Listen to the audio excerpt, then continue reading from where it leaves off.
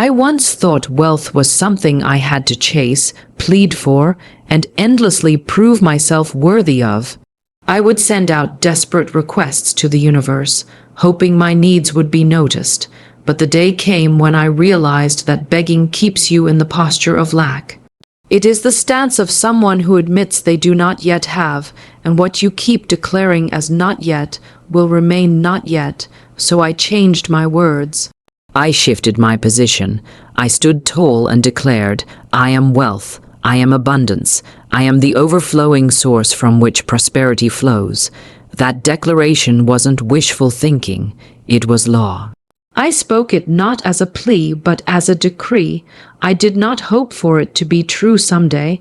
I spoke as though it was true in that very moment. I stopped asking. I stopped waiting. I started speaking as the owner of the fortune, not the seeker of it. When you speak in the language of ownership, the invisible forces around you must obey. Opportunities, resources, and divine ideas align themselves like soldiers to a command. Money comes not because you need it, but because you already are the channel through which it must pass. That day marked the end of lack in my life. I became a billionaire in my spirit first, and the outer world simply matched the inner vision. I spoke from authority, not from absence. I walked as the one who already had it, and when you live in that vibration, the physical wealth has no choice but to catch up. Today, I tell you, never beg the universe for what already belongs to you. Speak it, claim it, live it. The wealth you desire is not out there. It is within you, waiting for your words to release it. Begging for wealth, whether through words, thoughts, or actions, is one of the surest ways to keep yourself locked in the very condition you wish to escape. When you beg, you send out a signal that says, I do not have. That signal is powerful. It is a declaration to life, to the universe, and to your own subconscious mind that you are living in lack. And what you affirm with intensity and repetition becomes the shape of your reality. Begging is not a neutral act. It is not humble. It is an energetic broadcast that instructs your circumstances to keep you in the role of the one who is without. This is why so many who constantly cry out for financial rescue remain in the same struggle year after year. Their words are drenched in need, their prayers soaked in desperation, their affirmations tainted with the undertone of please give me because I don't have. And the law of life is simple. You do not receive the wealth you plead for. You receive the state of consciousness you embody. Begging is the embodiment of shortage, and shortage multiplies itself in that environment.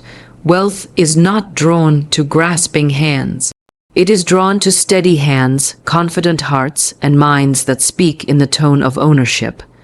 Imagine a king or queen on their throne, calling for gold. They do not plead, they do not hope. They speak a command, knowing that what they call for already belongs to them. The order goes out, and the gold comes in not because they deserve it more than anyone else, but because they stand in the position of rightful possession. You, too, must take that throne in your consciousness. You must rise out of the posture of a beggar and step into the bearing of a possessor. Begging also creates an inner gap between where you are and where you want to be, and it keeps that gap wide. Every time you say, I want money, you unconsciously tell yourself, I don't have money now. You are anchoring yourself to the absence. You are repeating the very condition you wish to dissolve. The mind hears only the dominant idea, and that idea becomes the blueprint it follows. If the blueprint says lack, the outer structure of your life will reflect lack. The act of begging often springs from a belief that wealth is far away, held by some power that must be persuaded to hand it over. This belief is false. Wealth is not locked up in the heavens, waiting for your perfect prayer to release it. It is already in circulation, already present in the unseen substance of life, and your alignment, not your desperation, is what allows it to appear in your hands. Begging places all the power outside of you. It says, I am small and something bigger must save me. But the truth is, the power is within you and it responds best to certainty, not pleading. You do not magnetize wealth by proving how much you need it. You magnetize wealth by becoming its natural home, by thinking, feeling, and speaking as one who is already surrounded by it. The moment you shift from begging to declaring, you change the vibration you send out. Instead of asking for rescue, you call forth what is already yours. And that subtle but profound shift is what turns the tide in your favor. The difference between the beggar and the possessor is not luck or fate, it is identity. The beggar says, I am without, please give. The possessor says, I have, more comes to me now. And life responds to each according to their own word. This is why begging is not just unhelpful, it is counterproductive.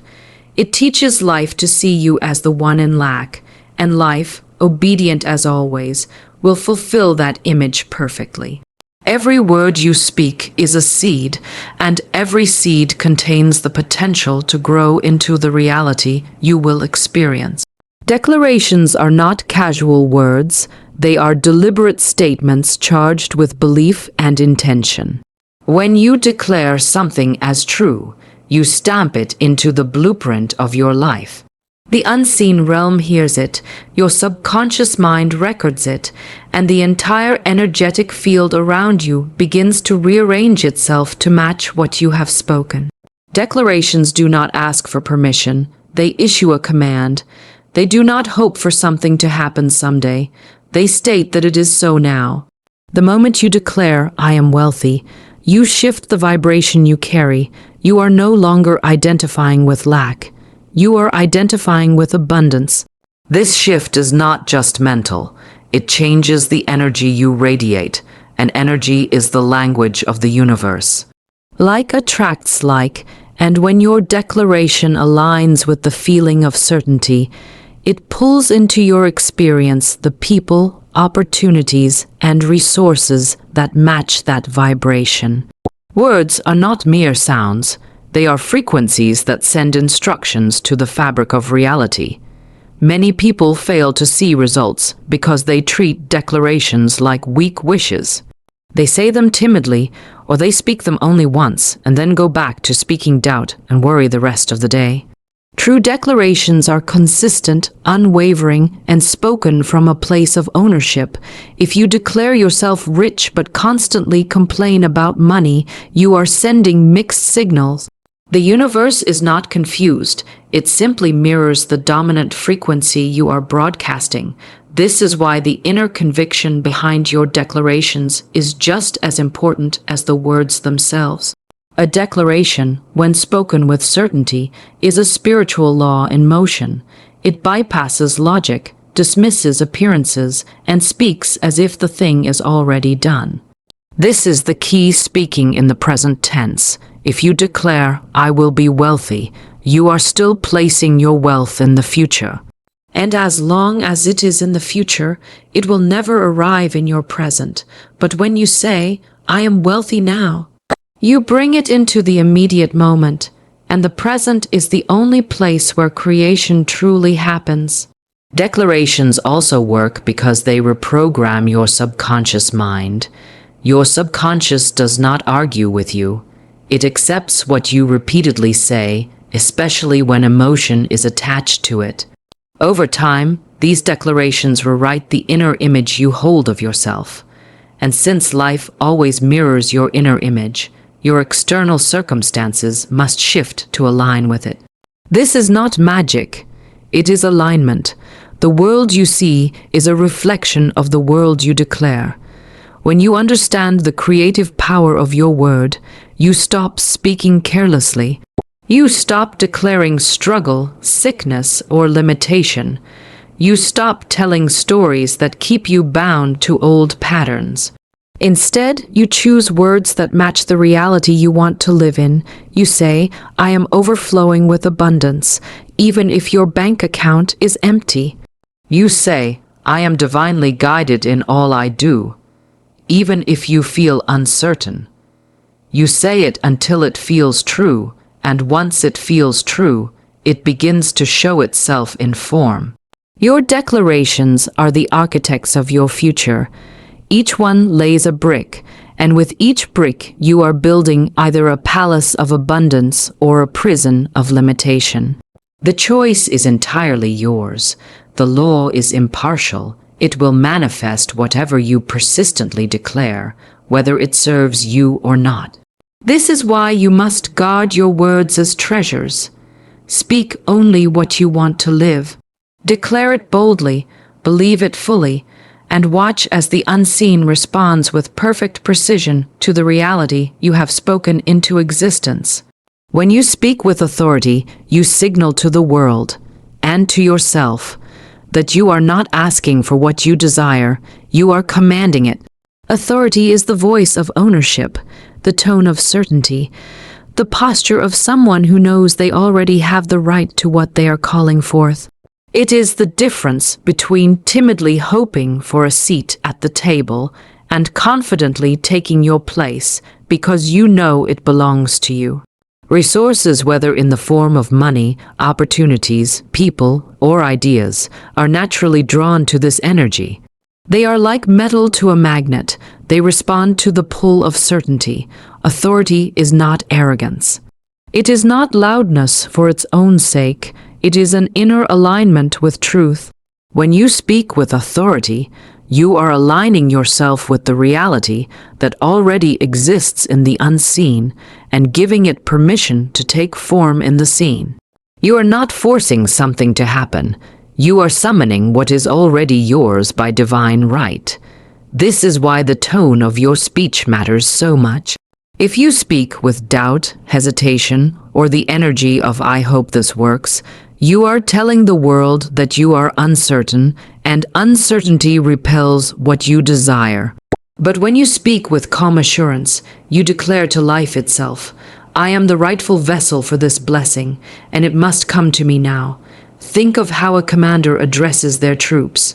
They do not plead, they do not explain why the command should be followed. They speak it, and the troops move into action because they recognize the authority in the voice. The same principle applies to the unseen forces of life. Your thoughts, your subconscious mind, and the opportunities waiting in the background all respond to the level of authority with which you speak. If your command is weak, the movement is slow. If your command is firm and unwavering, the movement is immediate and precise. Authority also communicates self-worth. When you speak with authority, you are telling every part of yourself that you are worthy of receiving. Many people fail to attract resources because they secretly doubt they deserve them. This doubt seeps into their tone, their words, and their actions, and it creates resistance. But authority dissolves that resistance. It says, "I am enough, I am worthy, I am ready." And when your self-worth is strong, resources find you because they recognize a safe and stable home in you. Resources also prefer order over chaos. Authority brings order. When you speak as a leader of your own life, you set boundaries for what is acceptable and what is not. You no longer entertain lack, delay, or disorganization. This ordered energy signals to the universe that you are capable of handling greater wealth, bigger opportunities, and more responsibility. Just as a well-run business attracts investors, a well-governed life attracts resources. Even in moments when appearances suggest lack, authority keeps your energy steady. You do not lower your voice or shrink your vision just because the evidence has not caught up yet. Instead, you hold your ground and speak as if the resources are already en route. This is not denial, it is alignment. You are holding to the reality you know is true, and in doing so, you become a fixed point that resources can lock onto. Authority is magnetic because it is unshakable. It does not chase, it draws in. It does not beg, it summons. It does not waver, it stands firm. When you embody this energy in your speech, actions, and thoughts, you become a living command that life obeys. Opportunities arrive, doors open, and wealth flows not because you force them, but because authority itself is irresistible to all that you seek. Before any lasting, financial abundance can appear in your life, it must first take root within you. Inner wealth is the foundation upon which outer wealth is built, and without it, any material gain will be unstable and temporary. Inner wealth is the deep, unshakable knowing that you are already rich in essence, regardless of what your current circumstances may suggest. It is the mindset, the emotional state, and the spiritual posture of someone who sees themselves as abundant now, not someday. When this inner reality is firmly established, the outer world simply mirrors it back. Many people attempt to skip this step. They focus entirely on chasing money, opportunities, and possessions without cultivating the inner qualities that sustain them. They may gain a temporary windfall, but without the consciousness to match it, they will find it slipping away.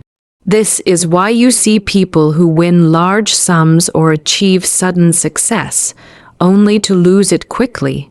They did not yet develop the inner wealth to hold it. The outer is always a reflection of the inner. To change what you have, you must first change who you are on the inside. Inner wealth begins with gratitude.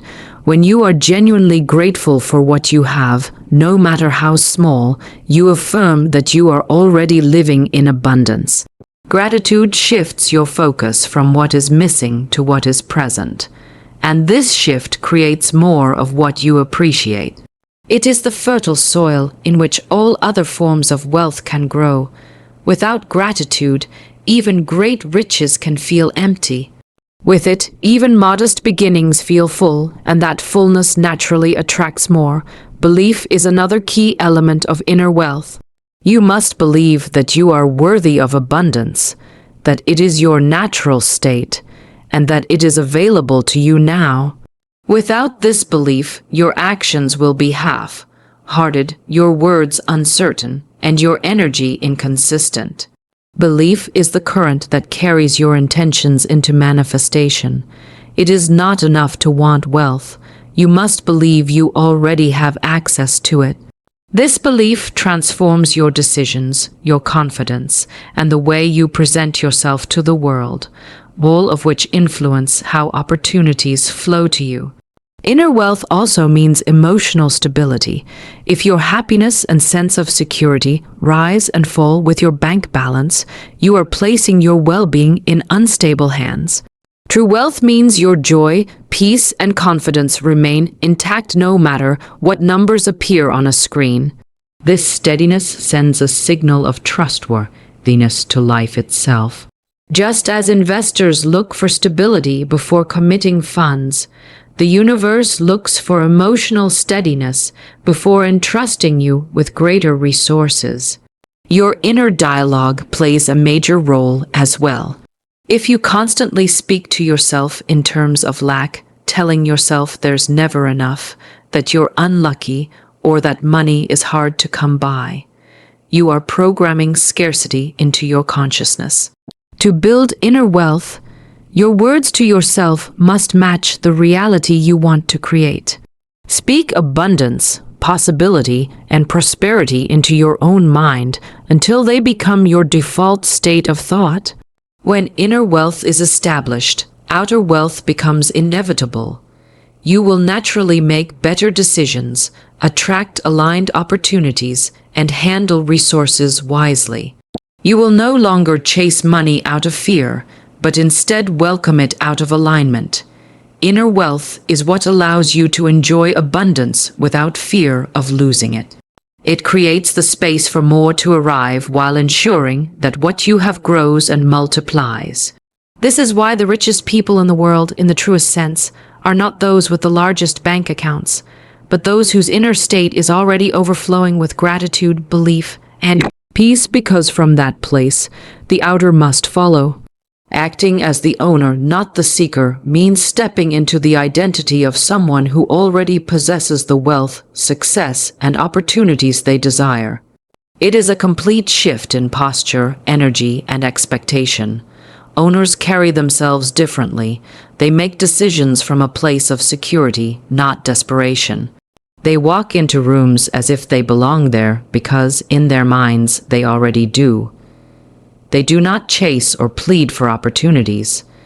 They select, choose, and call forth what aligns with them. This way of being does not wait for proof. It creates proof. When you operate as a seeker, your energy constantly communicates that you do not yet have what you want. Every action becomes an attempt to get something, which reinforces the idea that it is not already yours. You are essentially declaring, through your thoughts, words, and body language, that you are on the outside looking in. And the more you live in that vibration, the more your reality mirrors it back to you. You continue to seek because you continue to identify as the seeker. The owner's mindset flips this dynamic entirely. When you think and act as the owner, you embody the belief that what you desire is already part of your life. Your language changes, you speak in the present tense. Your decisions change. You choose investments, actions, and connections that align with someone who already has abundance. This alignment sends a powerful message to the world. I am already there. And because life responds to identity, not effort alone, the outer circumstances begin to match the inner stance. Owners also approach opportunities from a position of power. A seeker asks, will they pick me? An owner asks, does this fit my vision? The seeker is constantly trying to prove themselves worthy. The owner assumes worthiness as a given. This confidence is magnetic. People are drawn to those who appear already established because authority and certainty inspire trust. In this way, acting as the owner accelerates your ability to attract wealth and success without strain. It is not about pretending or faking success. It is about aligning your inner state with the reality you wish to live in. If you desire financial freedom, act as someone who already has it. Make choices from abundance, not scarcity. Treat your current resources as if they are part of a much larger flow. Care for your possessions, your relationships, and your work with the same respect you would if you were already living your dream life. This behavior sets a standard, and life will rise to meet that standard. Acting as the owner also means being decisive. Owners do not hesitate endlessly or second, guess their every move. They understand that clarity creates momentum. When you act as the owner, you trust yourself to choose and commit. This decisiveness moves energy, draws opportunities, and opens doors faster than hesitant seeking ever could. Even in the face of challenges, the owner's mindset remains steady. While seekers may feel defeated by obstacles, owners see them as temporary delays or opportunities for growth. They do not let setbacks shake their sense of identity, because that identity is already rooted in ownership. This resilience ensures that even when conditions fluctuate, they remain on course toward greater abundance. By acting as the owner, you send a clear, unwavering signal to the world. I have, and more comes to me. This signal transforms the way people see you, the way opportunities find you, and the way wealth flows into your life. You stop running after what you want, and instead, you stand in the certainty that it is already yours, and from that place it must arrive. Wealth is not only a matter of actions, strategies, or timing. It is deeply connected to the words you speak. Words carry energy, and that energy shapes reality. Every phrase you speak is like a command sent into the unseen, instructing life on what to deliver to you. When your words are infused with certainty, gratitude, and ownership, they open the gates for wealth to flow. When your words are filled with doubt, complaint, or scarcity, they close those gates. In this way, wealth is not created from the outside in. It is released from the inside out, and your words are the key. Many people unknowingly hold back their own prosperity by speaking against it. They declare their struggles, talk about how expensive everything is, or constantly say they can't afford certain things. These statements might seem harmless, but they are powerful decrees that reinforce lack. The more these words are spoken, the more the subconscious mind accepts them as truth, and the more reality mirrors them. The universe is neutral. It delivers in accordance with what is consistently spoken and believed, regardless of whether it serves you. When you choose your words with intention, you shift your entire relationship with wealth. Instead of saying, "I'm broke," or "I never have enough," you declare, "Money flows to me in ever-increasing amounts," or "I always have more than enough for everything I desire." These statements are not empty optimism. They are reprogramming tools. They retrain your subconscious mind to expect abundance, and expectation is the foundation of manifestation. What you consistently expect with confidence eventually appears in form. Your words also create your self-image, and your self-image dictates your financial reality. If you repeatedly say, "I'm not good with money," or "I'm just trying to get by," you are building the identity of someone who struggles financially. If instead you say, "I manage money wisely," or "I am a magnet for prosperity," you begin to step into the role of someone who attracts and holds wealth with ease. Over time, your behavior naturally aligns with this new identity, and the results follow. There is also power in speaking wealth into existence before there is any physical evidence of it. This is not lying to yourself. It is aligning with the truth of the unseen. Everything you desire exists first in the invisible realm of ideas, possibilities, and potential. When you speak it as already true, you bridge the gap between the unseen and the seen. The more you speak it, the more real it becomes in your own mind, and the faster it solidifies in reality. Even casual conversations are opportunities to release wealth. How you speak to others about money influences how it responds to you. Talking with optimism about your finances, speaking of future plans with certainty, and sharing words of possibility rather than limitation all reinforce the vibration of abundance. People feel the confidence in your speech, and that energy draws new opportunities, partnerships, and resources into your life. Silence can be powerful, but spoken words activate energy in a unique way. When you vocalize a declaration, you are not only thinking it, you are sending it out into the world as sound waves that carry intention. Sound is movement, and movement stirs energy. This is why affirmations, prayers, and spoken decrees have been used for centuries as tools to create change. Wealth is not something you chase. It is something you allow to flow through you. Your words are the channel. Speak lack and lack flows. Speak abundance and abundance flows. The key is to make sure your speech consistently matches the wealth you want to experience. When you understand this and practice it daily, you turn your mouth into a fountain of prosperity, and the flow of wealth into your life becomes steady, natural, and unstoppable. So I say this to you now. Never again lower yourself to the posture of begging for what was already stamped with your name before you were born. Stand tall in the truth that you are the source, the vessel, and the rightful owner of all you desire. Speak as the billionaire within you. Declare as the one who already holds the keys. Walk as the heir, not the orphan. From the moment I stopped asking and started declaring, the entire fabric of my reality shifted. Wealth didn't trickle in, it poured in. Doors I didn't even know existed opened. Ideas worth millions arrived in moments of stillness. People who could multiply my vision showed up at the perfect time. Why? Because I was no longer chasing. I was commanding. Your words are the blueprint. Your belief is the foundation. And your authority is the power that calls wealth from the unseen into your hands. From this moment on, let your mouth be the pen that writes your fortune.